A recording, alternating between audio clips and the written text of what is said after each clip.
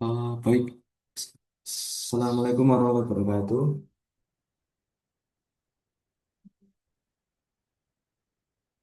Nah, teman-teman di sini terima kasih ya telah mengikuti Zoom meeting di siang hari ini, yaitu mini webinar yang sudah menyempatkan waktunya. Nah, perkenalkan di sini saya Muhammad Sumi Farok. Di sini saya akan menjelaskan dengan tema dasar-dasar AI dan data, yaitu langkah awal memahami dunia kecerdasan buatan.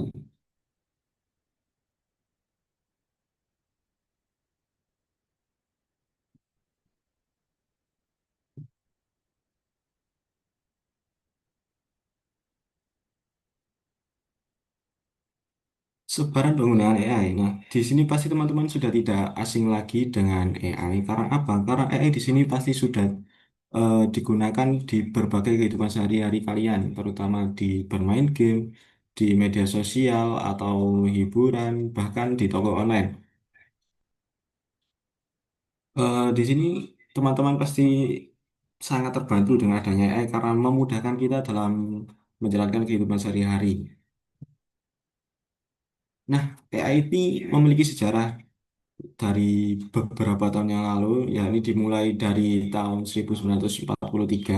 Di sini ada Evolution of Artificial Neuron. Nah, di sini itu mereka menciptakan matematika dari neuron buatan yang meniru bagaimana neuron biologis bekerja atau otak kita yang bekerja itu bagaimana. Dan ini menjadi dasar neural network modern saat ini.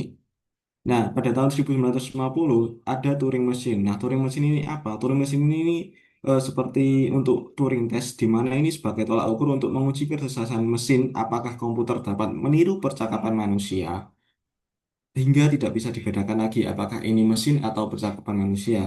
Pada 1956 ini baru diadakan konferensi AI, di mana ini menjadikan eh, kelahiran AI sebagai bidang akademik yang telah diakui. Pada tahun 1966 ada chat, first chatbot yakni Eliza yang dikembangkan oleh Joseph Weisbord di MIT. Eliza ini adalah chatbot pertama yang meniru percakapan manusia. Ia meniru peran psikolog dan menjawab pertanyaan pengguna menggunakan kata-kata mereka sendiri. Pada 1972, ada First Intelligent Robot yakni Wabot 1 adalah robot humanoid pertama yang bisa bergerak, melihat, dan bahkan merupakan cikal bakal robotika cerdas. Pada 1974 dan 1980 ada First AI Winter. Winter di sini itu ekspektasi tinggi terhadap AI itu sudah tinggi. Namun banyak proyek AI yang gagal memenuhi target awalnya sehingga pemerintah dan investor mengurangi dana dan minatnya terhadap AI menurun drastis pada tahun ini. Nah, pada tahun 1980 ada expert system. Munculnya sistem pakar seperti XCON yang digunakan oleh Digital Equipment Corporation. Sistem ini meniru penalaran para ahli dan digunakan dalam bidang seperti medis dan teknik. Nah, pada 1987 dan 1993 ada Sikon AI Winter, di mana di sini itu ada sistem hype yang memutar atau AI ini kembali mengalami kejatuhan. Karena apa? Karena keterbatasan komputasi dan data menjadi menghambat besar. Akibatnya, minat dan investor dalam AI ini kembali menurun drastis. Nah, pada 1997 ini ada inovasi baru yakni yang bernama komputer catur yang Deep Blue buatan IBM yang mengalahkan juara dunia catur pada saat itu yang bernama Garry Kasparov.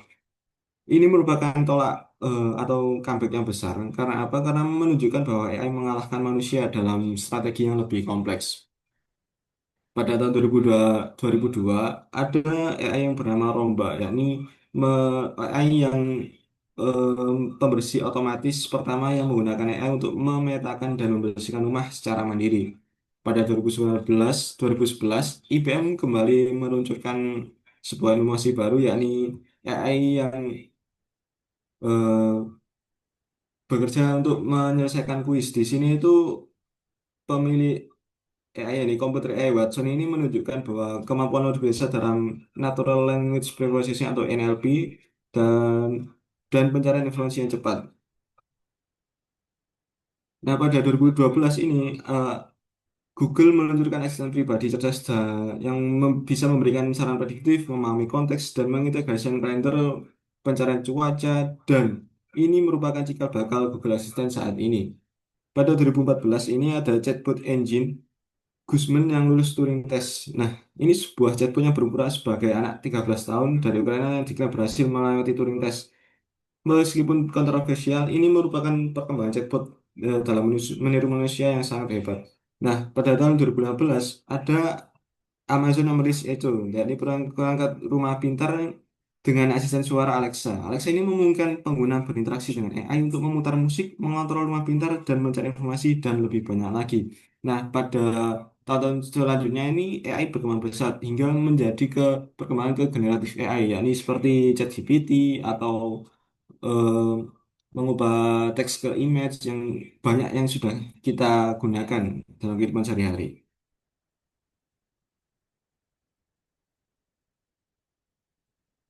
Nah, lanjut ke taksonomi AI. Taksonomi ini yang artinya adalah sebuah runtutan. Nah, AI ini terdiri dari beberapa tingkatan. Yang pertama ada artificial intelligence yang secara umum atau menjadi pembungkus utama. Ya, lalu ada machine learning yaitu AI yang belajar dari eh, data. Nah, di dalamnya lagi ada deep learning yang menggunakan jaringan saraf tiruan dan saat ini berkembang ke generatif AI seperti ChatGPT dan yang menghasilkan teks, gambar, dan suara. Nah, artificial intelligence ini merupakan teknologi yang meniru perilaku manusia agar komputer bisa belajar dan melakukan tugas tanpa instruksi eksplisit. Kemampuan AI ini meliputi bagaimana untuk mengidentifikasi pola, membuat keputusan, belajar dari pengalaman, dan menyelesaikan tugas kompleks secara efisien. Soalnya menuju ke yang lebih spesifik lagi, yakni machine learning, di sini itu AI belajar dari data. Nah, di sini itu machine learning ini menggunakan metode statistik dan algoritma untuk menemukan pola dari data dalam jumlah besar. Proses utamanya disebut training atau pelatihan. Di sini model akan belajar dan memperbaiki diri dari waktu ke waktu. Untuk output dari machine learning sendiri ini berupa prediksi atau menjelaskan tugas-tugas berdasarkan data pelatihan. Untuk machine learning sendiri ini semakin banyak data, maka semakin baik hasil model. Dan tentu semakin baik data, kualitas data tersebut akan menjadikan kualitas model menjadi lebih baik lagi. Nah, lebih mengerucut lagi yakni deep learning di sini itu machine learning dengan neural network. Untuk saat ini saya tidak bisa menjelaskan lebih lengkap tentang neural network karena penjelasannya ini membutuhkan waktu yang lama. Sedangkan kita di sini itu dalam waktu yang terbatas. Oleh karena itu di sini saya jelaskan hanya deep learning saja. Deep learning adalah bagian dari machine learning yang menggunakan jaringan saraf tiruan atau artificial neural network tersebut. Nah, proses pembelajaran dilakukan melalui layer ke layer, hidden layer, dan sampai ke output. Deep learning ini mampu menyelesaikan masalah yang sangat kompleks, tetapi membutuhkan komputasi yang lebih besar. Semakin banyak hidden layer, semakin kuat kemampuannya, namun juga semakin rumit dan lambat deep learning tersebut. Nah, masuk ke generatif AI. Generatif AI ini AI yang banyak digunakan pada saat ini. Nah, ini merupakan bagian deep learning yang menghasilkan konten baru dari input pengguna. Seperti kita menginputkan teks atau prompt di ChatGPT, dia itu bisa menghasilkan gambar atau video sesuai dari prompt yang telah kita berikan. Dari hierarki taksonomi AI ini mencakup kayak lapisan luar, kemudian machine learning lebih mengerucut lagi, di mana dia itu belajar dari data. Nah, deep learning ini dia itu belajar dari machine learning tapi dengan tambahan neural network. Nah, dari generatif AI ini dia itu deep learning yang bisa menghasilkan konten yang baru. Masuk ke AI workflow, di mana di sini itu bagian penting atau alur kerja bagaimana AI itu bekerja. Yang pertama adalah digitalize and collect, yaitu pengumpulan data dari berbagai sumber. Nah, eh, data bisa berasal dari transaksi penjualan atau data pelanggan, dokumen digital, atau data-data yang berbentuk tabel. Nah, semua informasi ini bisa diubah menjadi bentuk digital agar bisa diolah oleh sistem komputer. Nah, yang kedua adalah transform. Setelah data terkumpul, kita masuk ke tahap transport. Di sini itu kita dibersihkan atau diubah formatnya dan diproses agar siap dipakai untuk pelatihan model. Misalnya, kita buang data atau yang missing value, menyesuaikan format data, format tanggal, terus menghapuskan data, dan dari beberapa tabel gitu. Nah, tapi ini sangat penting karena kualitas data akan menentukan kualitas model AI di akhir nanti. Setelah kita mendapatkan data yang bagus, kita masuk ke tahap tren, yakni proses melatih model machine learning menggunakan data yang sudah diproses. Model akan belajar dari pola-pola data yang kita inputkan, misalnya bagaimana perilaku pelanggan atau seperti apa transaksi yang eh, baik atau buruk atau merugikan. Nah, disinilah kecerdasan buatan benar-benar belajar dari data. Masuk ke tahap execute. Nah, execute ini setelah model siap, kita masuk ke tahap ini kayak model yang sudah dilatih itu dijalankan atau didapel ke sistem nyata. Misalnya kita mulai model itu memprediksi keuntungan dari pelanggan, terus merekomendasikan produk atau mendeteksi transaksi yang mencurigakan. Nah, setelah itu, setelah dapat hasil eksekusi tadi masuk ke profit insight dan make decision. Pada tahap terakhir ini, eh, hasil AI akan digunakan untuk membantu manusia dalam mengambil keputusan yang tepat. Contohnya, tim marketing bisa melihat segmentasi pelanggan, manajemen bisa menentukan strategi berdasarkan prediksi, tren, dan sistem bisa otomatis mengirimkan penawaran kepada pengguna tertentu. Eh, apakah ada yang ditanyakan teman-teman? Mungkin ada beberapa istilah atau bingung. Baik, kalau tidak ada, eh, langsung saja ya. Nah, oh, kan udah saya singgung tadi bahwa AI itu butuh data sebagai bahan bakarnya lah. Nah, data itu seperti apa sih? Data ini berupa fakta atau angka yang dikumpulkan dan diperkembangkan serta digunakan membantu pengambilan keputusan. Ya. Data sendiri ada dataset, dan basis data. Perbedaan dari tiga istilah tersebut yakni data ini adalah fakta mentah, informasi dasar yang belum diproses. Seperti, nah di sini ada gambar kan, ada asal kota, terus tujuan akhir, tanggal dan waktu. Nah itu disebut data karena itu adalah kumpulan fakta atau angka atau informasi. Nah, dataset ini apa? Dataset ini sekumpulan data yang disusun dalam bentuk tabel atau struktur tertentu. Misalkan asal kota, tujuan akhir, tanggal, dan waktu dijadikan satu. Nah, pada basis data ini sistem yang digunakan untuk menyimpan dan mengelola dan mengakses data secara tersusun dan terorganisir untuk memudahkan kita mengakses dataset yang telah kita simpan.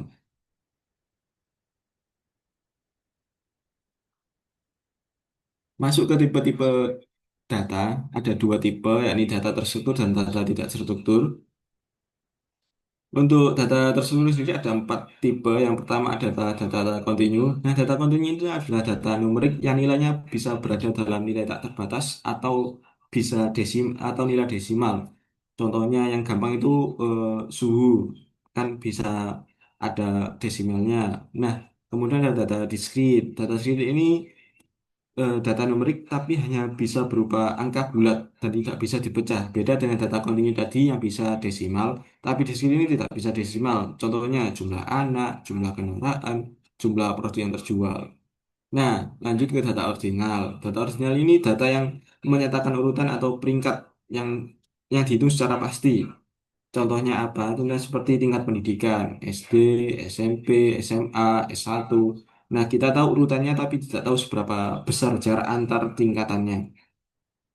Berbeda dengan data ordinal, data nominal ini yang terakhir ini data nominal ini tidak memiliki urutan seperti jenis kelamin atau warna kesukaan, jenis pekerjaan, kota tempat tinggal, dan lain-lain.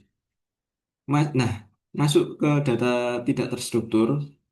Ini adalah data yang tidak tersimpan dalam format tabel atau seringkali sulit dianalisis tanpa pemrosesan khusus. Contohnya teks bebas, gambar. video, audio, eh, email, dan lain-lain. Misalnya kita ingin menganalisis isi komentar di media sosial itu kan bentuknya nggak terstruktur kan. Nah, kita itu perlu teknik khusus seperti NLP atau Natural Language Preprocessing untuk memudahkan kita mendapatkan data-data yang nantinya agar bisa dianalisis lagi. Nah, kriteria data untuk AI ini gimana? Di dalam AI sendiri itu ada istilah garbage in dan garbage out, di mana ini itu eh, ada istilah sampah masuk dan sampah keluar, tapi tentu bukan dalam artian sampah sebenarnya ya. Ini hanya istilah aja. Nah, dalam konteks AI ini sampah yang dimaksud adalah data buruk yang bisa berupa data salah, tidak lengkap, atau tidak relevan. Jadi, kualitas data nanti menentukan kualitas model yang akan kita bangun di akhir nanti. Data bermasalah itu apa aja sih? Ada outlier, data duplikat, data missing value, kesalahan input. Ya, itu harus dibersihkan dulu agar menghasilkan model yang bagus. Lebih mengerucut lagi kita masuk ke machine learning eh, dan traditional programming ini bedanya apa sih? Yang pertama tentu saja di definisi ya. Di sini itu di pemrograman traditional programming ini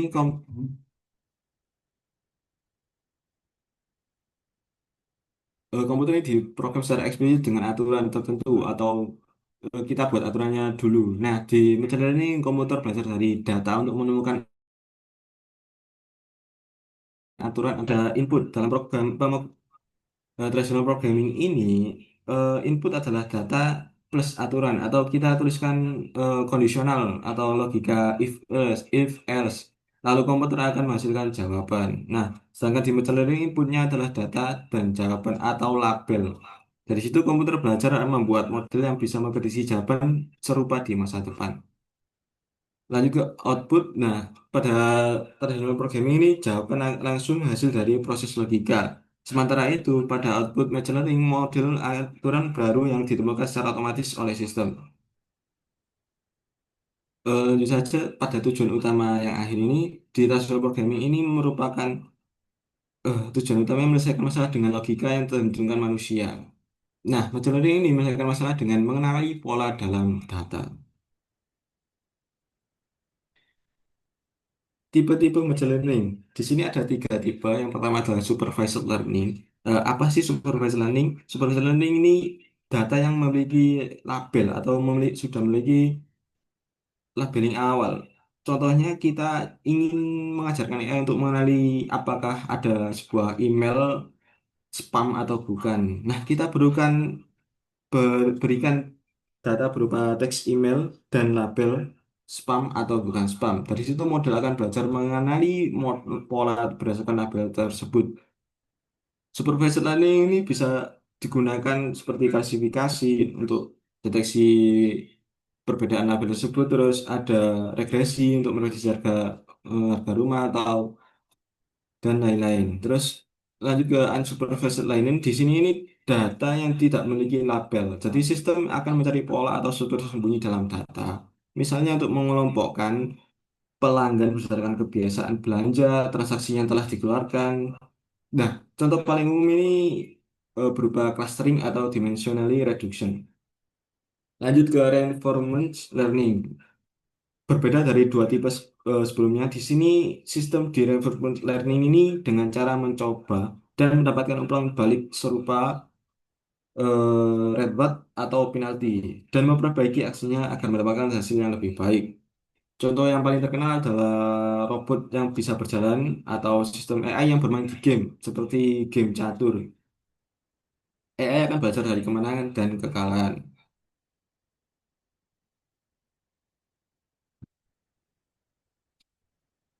Lanjut ke machine learning workflow. Nah, di sini ini merupakan pondasi dari analisis data. Pasti meskipun berbagai metode seperti klasifikasi, regresi, clustering, pasti akan menggunakan workflow ini untuk menghasilkan model yang bagus. Yang pertama ya, ini ada pengumpulan data. tanpa data sendiri tidak ada machine learning. Seperti yang saya singgung sebelumnya, di tahap ini kita dapat mengumpulkan data dari berbagai sumber seperti Excel, database, atau API. Yang paling penting di sini itu datanya harus relevan dengan permasalahan yang akan kita selesaikan. Misalkan kita ingin memprediksi keuntungan perusahaan melalui transaksi pelanggan, kita harus memiliki data historis pelanggan, transaksi, dan interaksi mereka dengan produk yang kita berikan. Lanjut ke nomor dua, yakni pre-processing data. Nah, setelah data kita dapatkan tadi, masuk ke pre-processing ini untuk membersihkan data-data yang tidak kita gunakan. Misalkan ada missing value, terus ada duplikat data, atau harus mengubah format data. Karena model yang kita bangun ini akan bagus kalau misalkan data yang kita inputkan ke model ini bagus. Lanjut ke tahap model development. Di sini ini kita menggunakan algoritma tertentu yang tadi sudah saya buat juga, clustering, klasifikasi, kita bisa masukkan di sini. Nah, kita akan melakukan tuning parameter untuk mendapatkan performa terbaik. Tahap ini itu cukup teknikal, tapi seru sih nantinya, karena kita bakal bisa melihat data ini bisa memberikan prediksi atau insight yang bermakna. Lanjut ke model evaluation, di sini itu kan kita udah dapat model development tadi kan, itu kita evaluasi apakah hasil model tersebut itu bagus atau masih kurang. Nah, kalau misalkan masih kurang, kita harus mengolah data lagi di data processing, atau bisa bisa juga kita ngambil data ulang lagi. Kalau misalkan data yang diproses ini itu tidak bisa menjadi lebih baik, sehingga kualitas modelnya itu masih buruk. Kalau misalkan udah kualitas modelnya udah baik, masuk ke model deployment. Di sini kita menggunakan visualisasi tertentu untuk memudahkan klien atau misalkan orang-orang yang awam agar bisa memahami data yang telah kita analisis. Contohnya menggunakan Tableau atau Power BI dan tools visualisasi yang lainnya. Nah, di sini kita akan melakukan demo lah kalau atau praktek langsung untuk menganalisis data.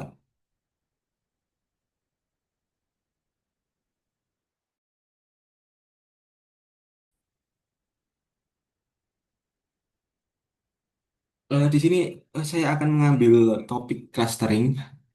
Untuk akronim yang digunakan ini Kamins clustering. Teman-teman di sini pasti udah pernah dengar lah Kamins clustering.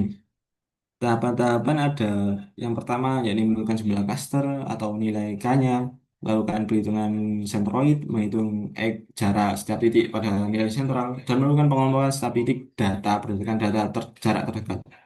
Terus dilakukan iterasi sampai tidak ada perubahan nilai sentral.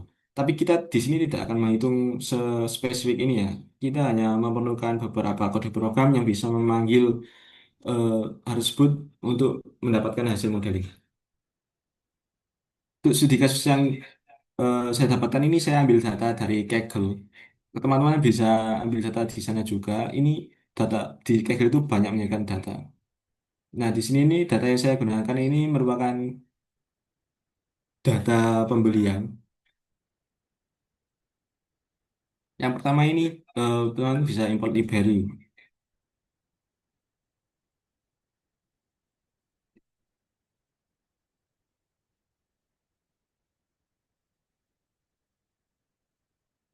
Import library terus import data. Nah, kita lihat data kategori yang ada pada data kita. Setelah itu, teman-teman bisa eksplorasi data analis. Di sini eh, buat apa sih eksplorasi data analis? Buat kita mengetahui bagaimana sebaran data yang kita gunakan.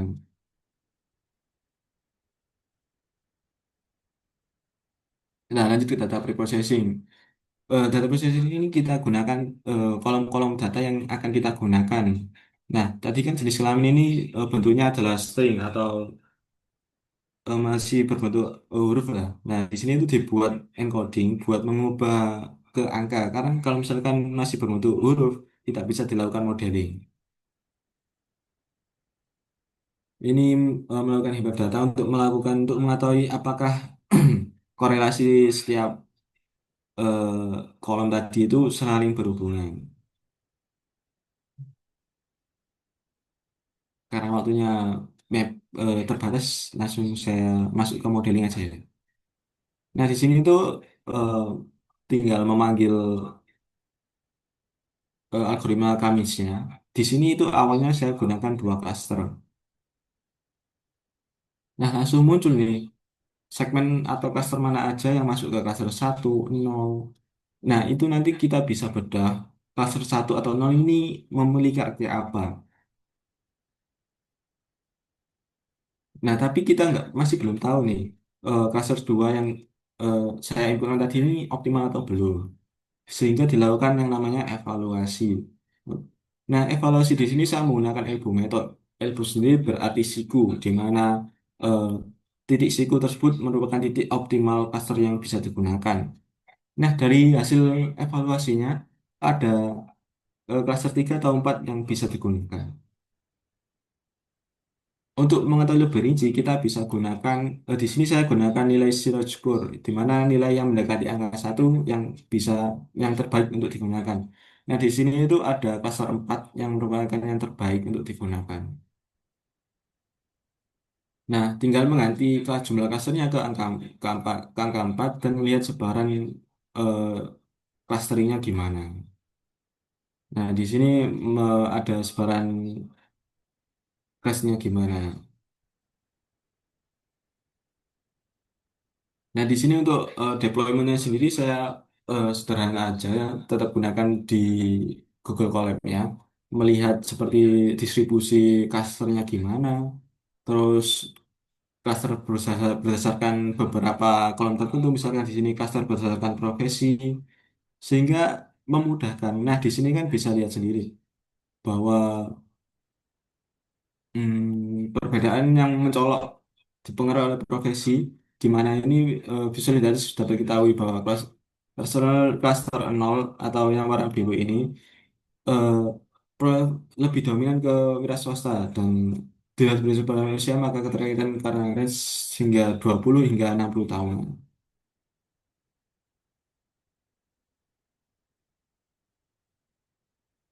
Untuk visualisasinya sendiri ini tergantung teman-teman ya, tergantung eh, kekreatifan masing-masing.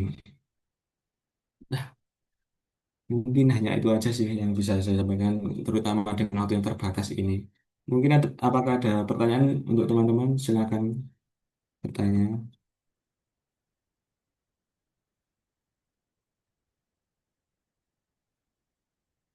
Karena kita masih ada waktu 5 menit.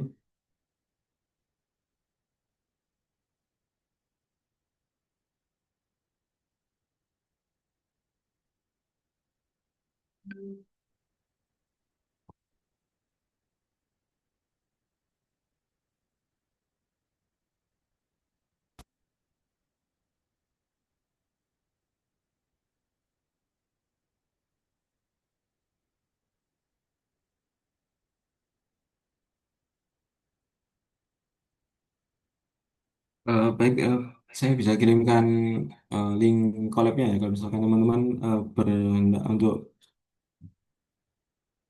belajar clustering atau data analis. Sebenarnya untuk keilmuan data analis ini udah banyak sekali yang menyediakan ya.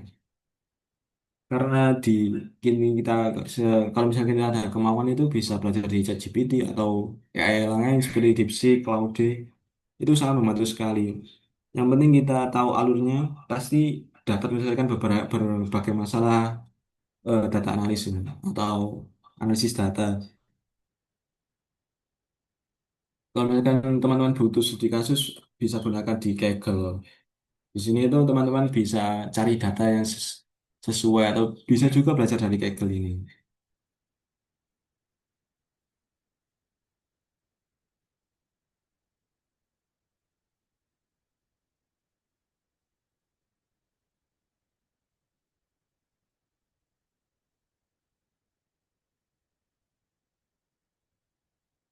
Nah, di sini tuh banyak sekali ya. Misalkan pengen cari eh, data gitu, tinggal pilih menu dataset dan cari datasetnya. Mau itu klasifikasi, clustering, atau apa namanya, regresi. bisa semua atau bisa belajar coding juga di sini. Banyak yang menyediakan konteks-konteks seperti clustering atau klasifikasi.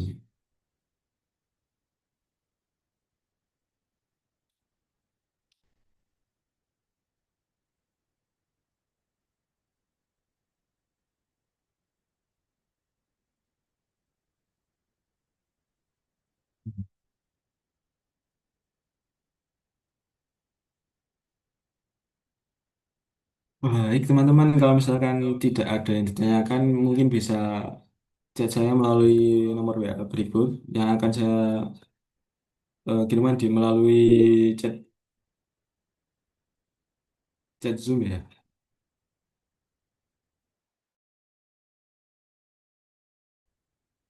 Silakan bagi teman-teman yang tertarik atau ingin belajar lebih lanjut, bisa tanya-tanya ke saya meskipun saya juga masih belajar ya. Baik, terima kasih ya teman-teman atas perhatiannya dan meluangkan waktunya untuk bergabung di webinar ini. Terima kasih, saya akhiri. Wassalamualaikum warahmatullahi wabarakatuh. Waalaikumsalam warahmatullahi wabarakatuh.